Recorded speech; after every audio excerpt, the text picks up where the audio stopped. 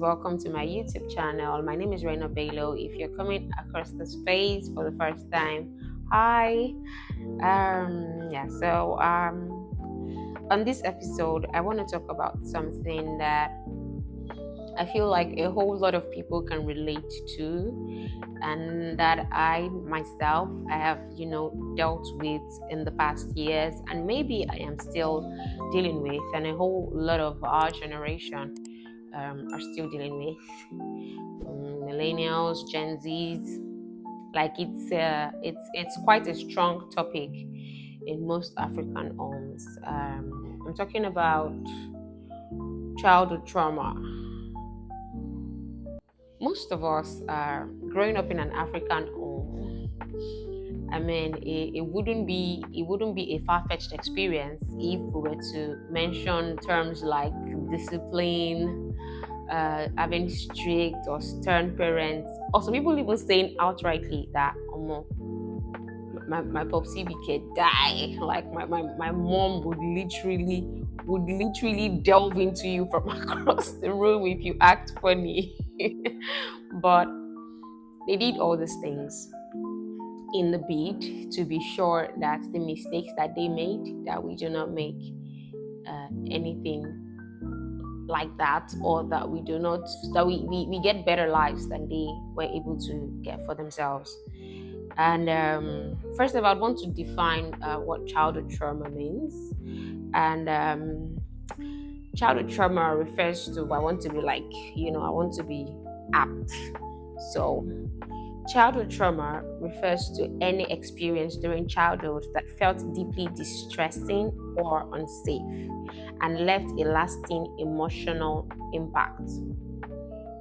It could be a physical, emotional, verbal, or even silent, like growing up in a home where you had to constantly prove your worth or couldn't safely express how you felt.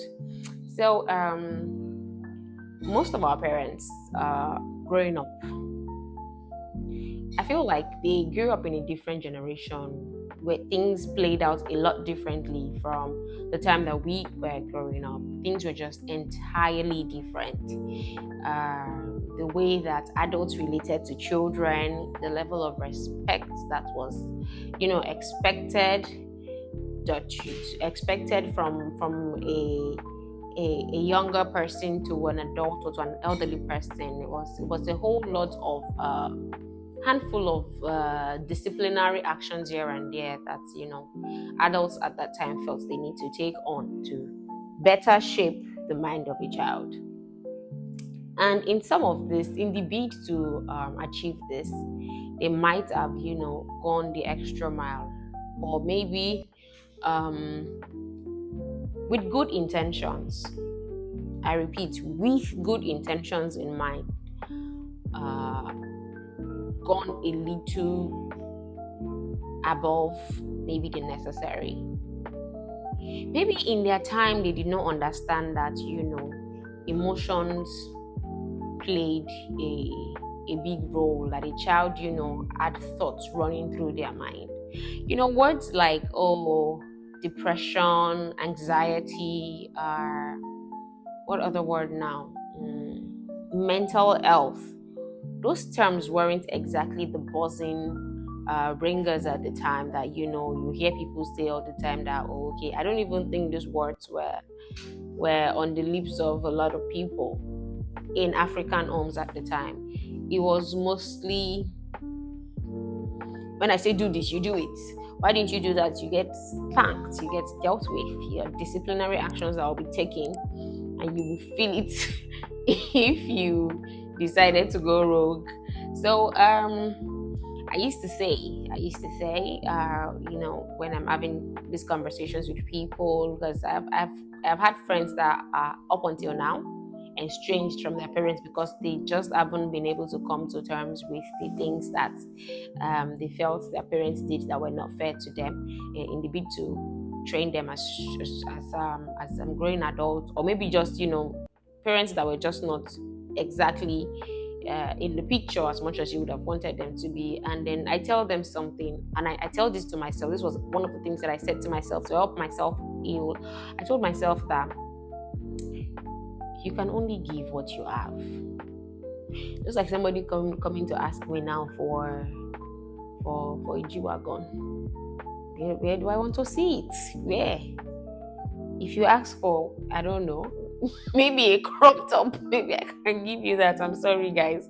But I don't understand. Where am I supposed to? I can only give you what I have. What I have is crop tops. I like crop tops. I wear plenty crop tops. So, I used to tell my friends, the only thing that you can give is what you have. You cannot give what you don't have. Our parents at the time, the way that they brought us up was how they best understood parenting. That was all they knew. And they put everything into work. So I'm holding my phone. I have a few points that I want to talk about, and I don't want to just go blah blah blah blah blah blah blah all around. I want to talk about certain things because this is quite a bit of a sensitive topic. It's something that that is reflecting in people's lives, and is either causing havoc or it has actually caused irreversible havoc for some people, and some are just struggling to tell themselves that I can live out of this experience. I can unlearn, I can relearn, I can do better for myself. So not to mistake this though for pushing blames, because there's this thing they also say that when you're past 25, you cannot be saying, no, it's because my daddy did not buy me biscuits, it's because my mommy this one, it's because this person did not do this one, that's why I turn out this way at certain age. That's not the point here. Because at a certain age you have to brace up. I totally understand that these things can be like mind boggling, but you have to brace up and say, you know what, it did not kill me, it's only going to make me stronger. So now to the points. I want to talk about certain things that we carry in silence in our adult lives that might have stemmed off of our things that we went through growing up. One will be struggling to say how we really feel. Yeah, that would be number one. Struggling to say how we really feel. Some people, like for example, people that grew up in houses where they weren't allowed to speak. Like, they got shunned down a lot.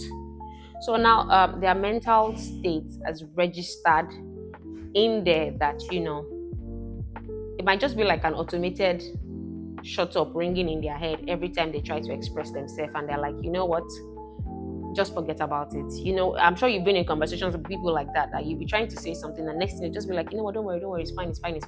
And on the inside they are dying. This thing is actually hurting them, like they are pained, and maybe they're even in the right. But the fact that for years, the first 20 years of their life, which is like the core of all of the downloading and inputting of your cultural norms and society into you, as fashioned them into not having that composure to put one and two in their head, how they really feel and express themselves.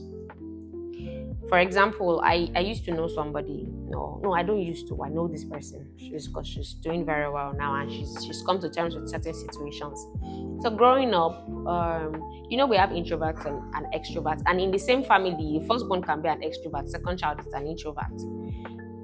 These two children will relate to situations or react to trauma differently. So I have this friend. If you shout or yell at her, she will just sort of run into a kind of invisible shell. Like, she will just cave in. She will not say anything. She won't talk anymore. She will just let it go. Like, you could literally see the fear in her eyes. And when we got talking on a deeper level, I got to understand that, she grew up in one of those homes where both father and mother were overly strict. There was no relationship, especially with the father. Whenever she tries to talk, he just says, oh, shut up, come on, shut up, him out there. And, he would not let her express herself. and she just kept on bottling things for years and years and years. And her mom, according to her, was just busy trying to figure out life, because the father was just a tyrant in the house. And because of this, she was just there bottling everything in her head. There was no one to talk to. Her mom was busy trying to play the role of a father and a mother, and the father was just there being a force to fear. So in her adult life, she found herself having to struggle with a lot of uh, timidity, so to speak, until eventually she had to confront that. So there are people like that have been through things in their childhood and everything that had them struggling to say how they really feel. Another one would I have to like listen up with these things. So another one will be apologizing for existing. Some people just they just feel like, oh, they are they are the reason for everything wrong. Like it's a mistake that they are even here at all, based off of like certain things that they have had to deal with, or family and all those things.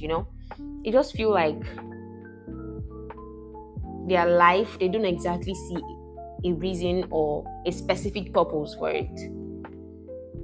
And in the grand scheme of things, they really do not see the role that they play. So they're just going through life trying to just, each day comes and goes. Let this day just come and just go by. That's just it. Like, you don't want any trouble, and they are just so void of purpose, and literally they're just so void of purpose, and the will to want to like achieve or do anything like intentionally great about themselves. Another one would be, this would be like the third one, would be feeling unloved when people show us love. There are people like that they are so difficult to love, based off of things that they've gone through. Like, no matter how much you are kind to them, no matter how much you try to like be there for them, no matter how much of love that you keep pouring into them, they are just so hard to love. I experienced somebody like that grew up in an abusive home. He grew up in a home where he watched his father beat his mom every time.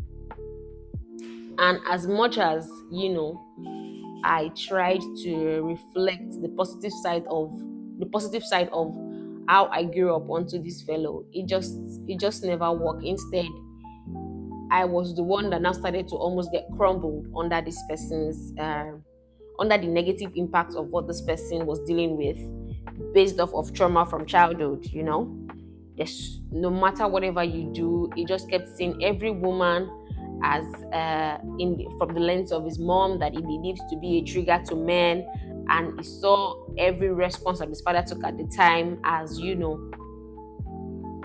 reason to resort to violence every time something came up, a reason to resort to violence every time something came up, which is just insane. So imagine how that just plays out in the life of an adult, and that adult is still struggling with it. Also, another point would be believing we're only good when we're useful to others.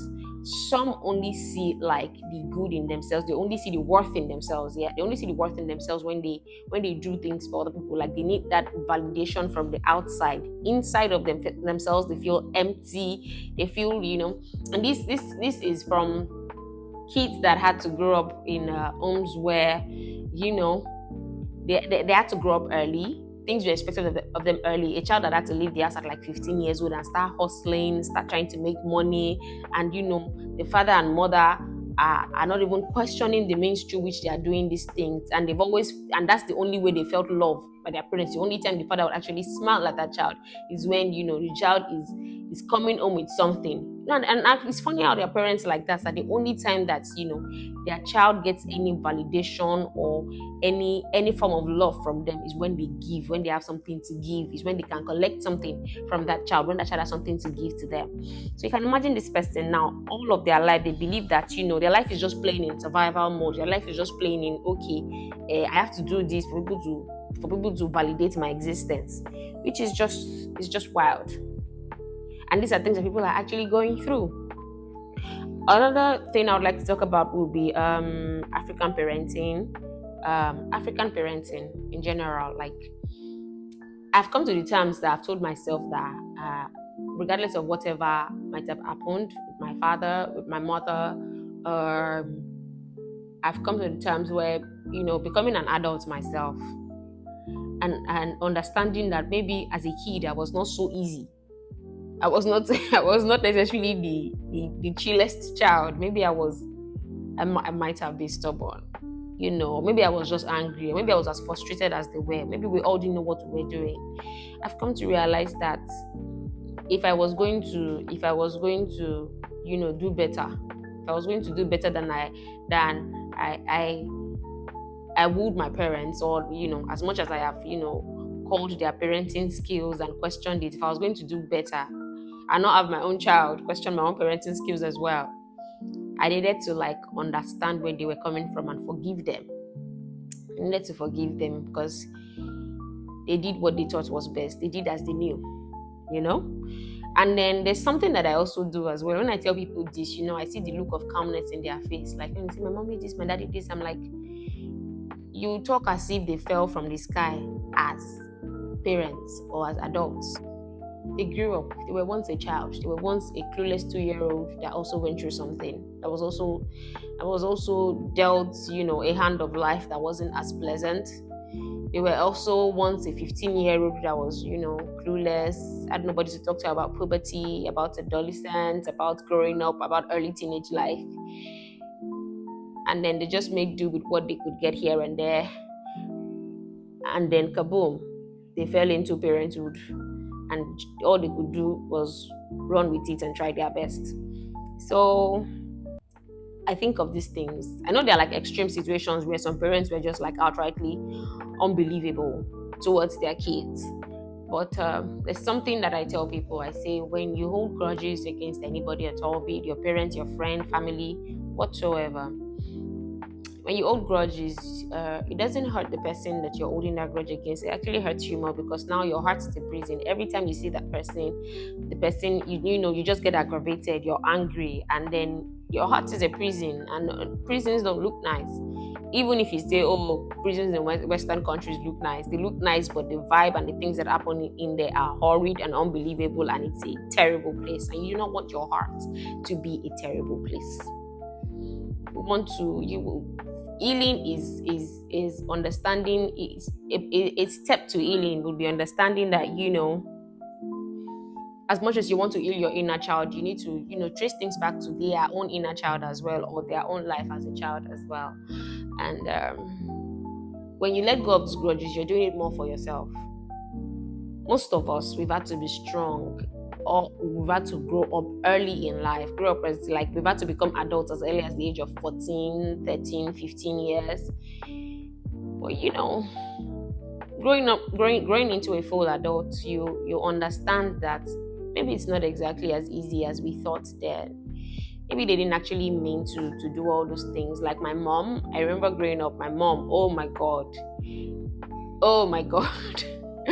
I love you, mommy. So that's what I'm gonna say. But now I have siblings, the twins. They're still in their early teenage years. Oh my goodness, you need to see the chit chats that they have with my mom, and I'm like, oh wow. They've also unlearned a lot of things, and they're willing to do better, and they're actually doing better. So yeah, I hope that this video helps one or two persons reflect on their journey in life, on their childhood, and the willingness to want to learn and find some sort of peace and healing. And let's forgive our parents for their lapses, and even teach them to do better. It's never too late.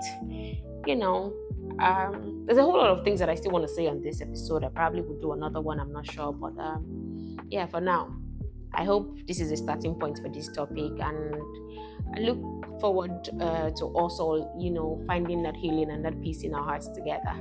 I love you guys so much. Please kindly subscribe, tell a friend to tell a friend. It's Rainhabello on YouTube. Love you guys. Bye.